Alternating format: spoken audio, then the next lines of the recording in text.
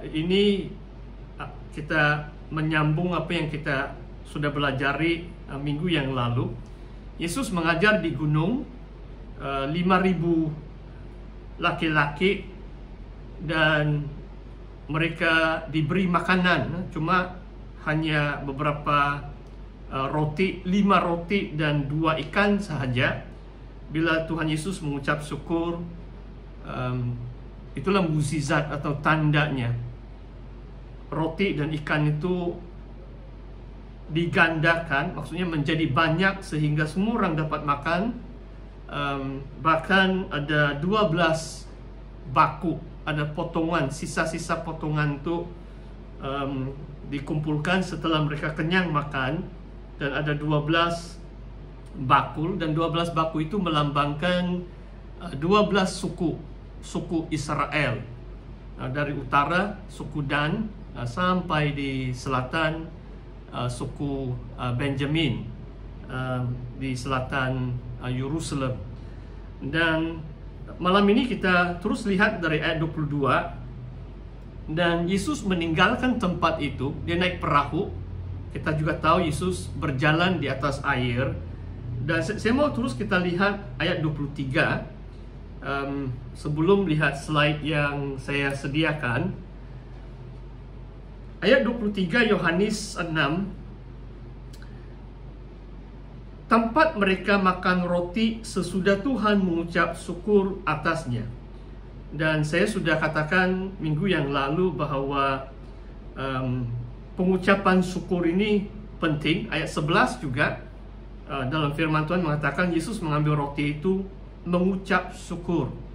Jadi bagi saya satu rahasia kehidupan kita, sehingga kita dapat melihat pekerjaan Tuhan atau mukjizat Tuhan, adalah kita senantiasa mengucap syukur. Mungkin secara manusiawi pun, kalau kita lakukan sesuatu yang baik, kita harap orang itu mengucapkan terima kasih kan kepada kita. Kalau kita terus menerus melakukan yang baik, tapi orang itu macam langsung tidak peduli, dia tidak mengucapkan terima kasih pun, macam lama kelemahan kita pun hilang semangat untuk membantu orang itu, sebab macam dia tidak tahu menghargai. Saya percaya prinsip ini, memang Tuhan bukan seperti kita manusia cepat patah semangat. Cuma inilah ajaran firman Tuhan, bahwa hubungan kita dengan Tuhan pun berdasarkan korban ucapan syukur yang kita naikkan kepada Tuhan sentiasa. Sebab kalau Tuhan melihat bahwa kita sentiasa mengatakan, kalau saya biasa cakap bahasa English, setiap hari tidak tahu berapa kali saya akan sebut thank you Jesus. Saya tidak tahu bagaimana kamu lah, sebab terima kasih itu macam panjang sikit ini perkataan. Jadi kalau bahasa English thank you itu 2 perkataan saja, Jesus. Jadi mungkin kamu belajarlah ini mengucap syukur kepada Tuhan, dan kita melihat mukjizat dalam kehidupan kita. Dan ayat 24, perahu itu berangkat ke Kapernaum.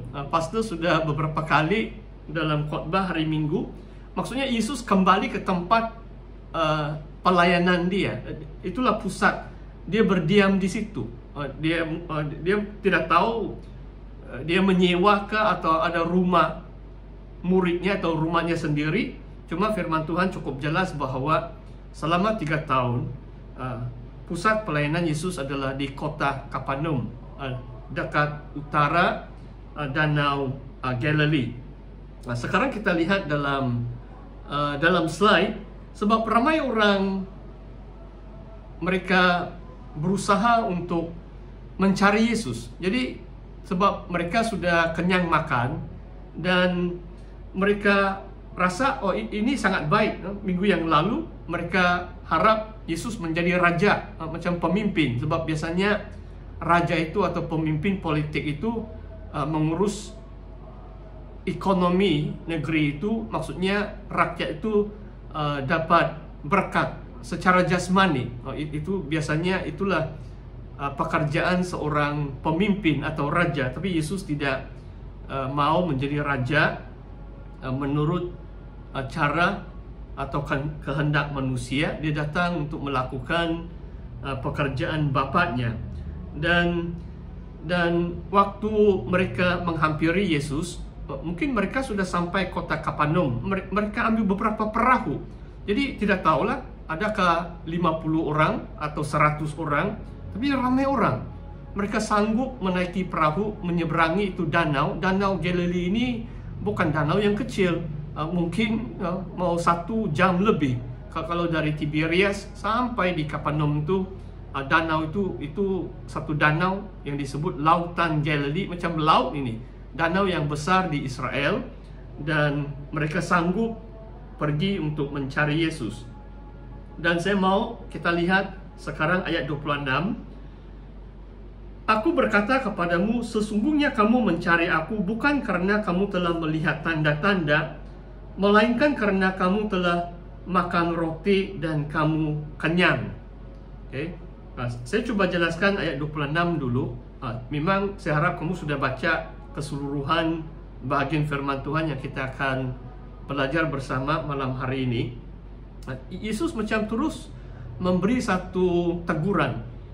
Kalau kita lihat cara Yesus berkata-kata, kadang-kadang Tuhan Yesus boleh terus terang. Dia tidak macam terlalu mau jaga hati atau ambil hati. Kadang-kadang kalau manusia ini, kadang-kadang 5 minit, 10 menit yang pertama, kalau dalam bahasa Inggris itu macam small talk.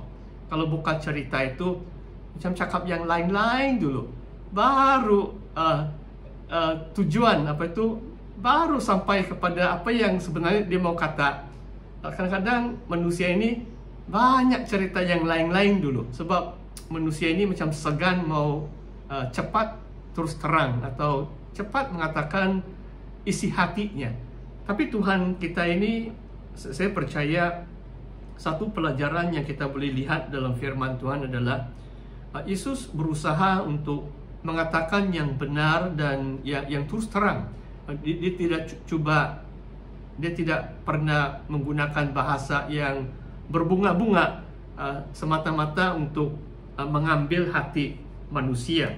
Dan di sini mengatakan, kamu datang mencari aku bukan karena kamu melihat tanda-tanda. Jadi perkataan tanda-tanda ini penting. Jadi dalam slide yang kita lihat bersama, saya beri the next slide.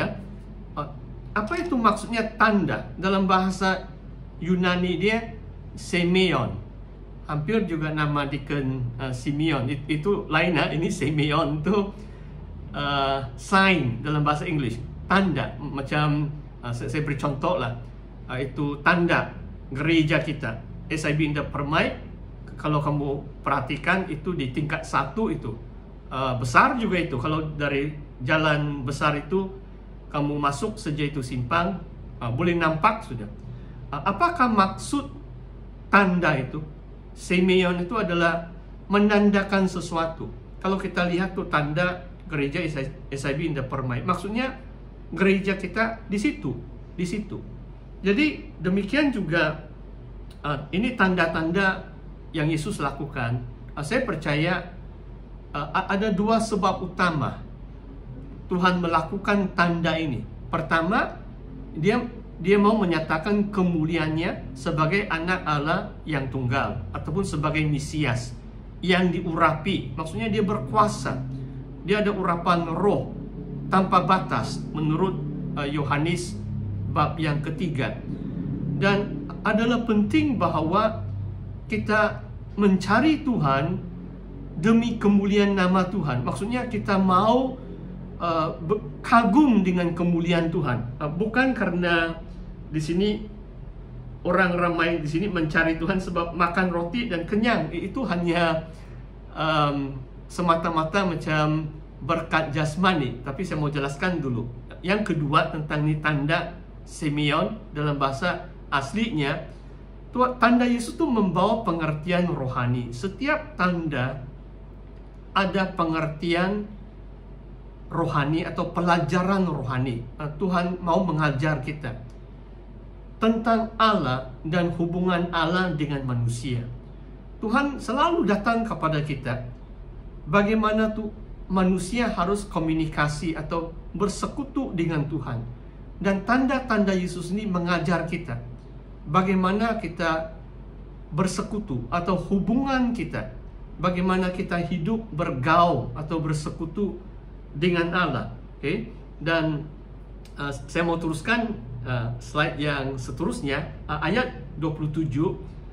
Bekerjalah, ini perkataan bekerja, itulah saya bagi contoh, itu tema slide saya malam ini adalah pekerjaan Allah. Dan ayat mas kita pun, apakah pekerjaan yang dikehendaki Allah? Orang ramai tanya dengan Yesus, apa yang kami dapat kerjakan bagi Allah? Itu persoalan yang kita akan, atau pertanyaan yang kita akan jawab malam hari ini. Dan kalau kita lihat ayat 27, bekerjalah bukan untuk makanan yang akan binasa atau dapat binasa, melainkan untuk makanan yang bertahan kepada hidup yang kekal, yang akan diberikan anak manusia kepadamu, sebab dialah yang disahkan oleh Bapa Allah dengan meterainya, atau dialah yang dimeteraikan Bapa Allah, atau Allah Bapa. Nanti dalam buku tafsiran pastor saya coba jelaskan bahwa ayat ini penting, sebab perkataan pateia maksudnya Bapa dengan Theos Allah terdapat dalam ayat ini. Jadi ada Bapa yang disebut juga Allah. Okay? Nanti saya harap kalau kamu tidak faham, kamu tanya dengan saya. Dan istilah yang saya mau huraikan di sini, bekerjalah, sebab ataupun kalau manusia di dunia ini kita bekerjakan, kalau anak-anak muda pun, remaja pun, sebenarnya kamu bukan goyang kaki, kamu perlu belajar. Setiap manusia mungkin kalau masuk tadika atau darjah 1 mulai sudah bekerja, sebab hidup ini bukan hanya main saja kan. Memang ada masanya untuk bekerja. Saya harap remaja boleh faham, sebab mungkin kamu belum mencari pendapatan di luar lah. Mungkin deacon ex-nikel, penetua, deacon-deacon yang lain yang sudah dewasa, mereka ada pekerjaan. Dulu sebelum pastor jadi pastor pun saya ada pekerjaan yang lain untuk mencari nafkah atau menyara kehidupan di dunia ini. Jadi di sini poin ini cukup mudah, saudara. Kalau kita lihat, jangan kamu bekerja untuk makanan yang akan binasa. Inilah kelainan atau perbezaan di antara orang Kristen dengan orang bukan Kristen. Orang yang tidak mengenal Tuhan itu, tujuan dalam hidup mereka adalah macam mencari makanan di dunia lah itu. Mencari mungkin keuangan, mungkin kestabilan keuangan untuk nafkah hidup mereka. Saudara, nanti saya akan coba jelaskan. Sebenarnya orang Kristen pun seperti yang pastor katakan, lakukan yang sama. Tapi bagi kita yang percaya Tuhan, ada tujuan, ada panggilan yang lebih tinggi lagi daripada hanya bekerja. Kalau hanya bekerja untuk makanan yang binasa, ini saya beri contoh. Makanan yang binasa maksudnya kalau berkat jasmani atau material kan. Kalau makan ini malam ini, besok lapar lagi, mau makan lagi. Maksudnya itu makanan di dunia ini bersifat sementara, akan binasa. Kalau makanan itu dibiarkan tidak sampai 1 hari, basi sudah, binasa sudah, tidak bersifat kekal. Kalau beli kereta, paling-paling 1-2 tahun itu kereta masih kita pikir baru. Tapi kalau sudah limpas 5 tahun, 7 tahun, banyak sudah maintenance dia. Maksudnya ada saja yang rosak, bukan saja servis. Sebab begitulah berkat jasmani material di dunia ini bersifat sementara, bukan kekal. Dan di sini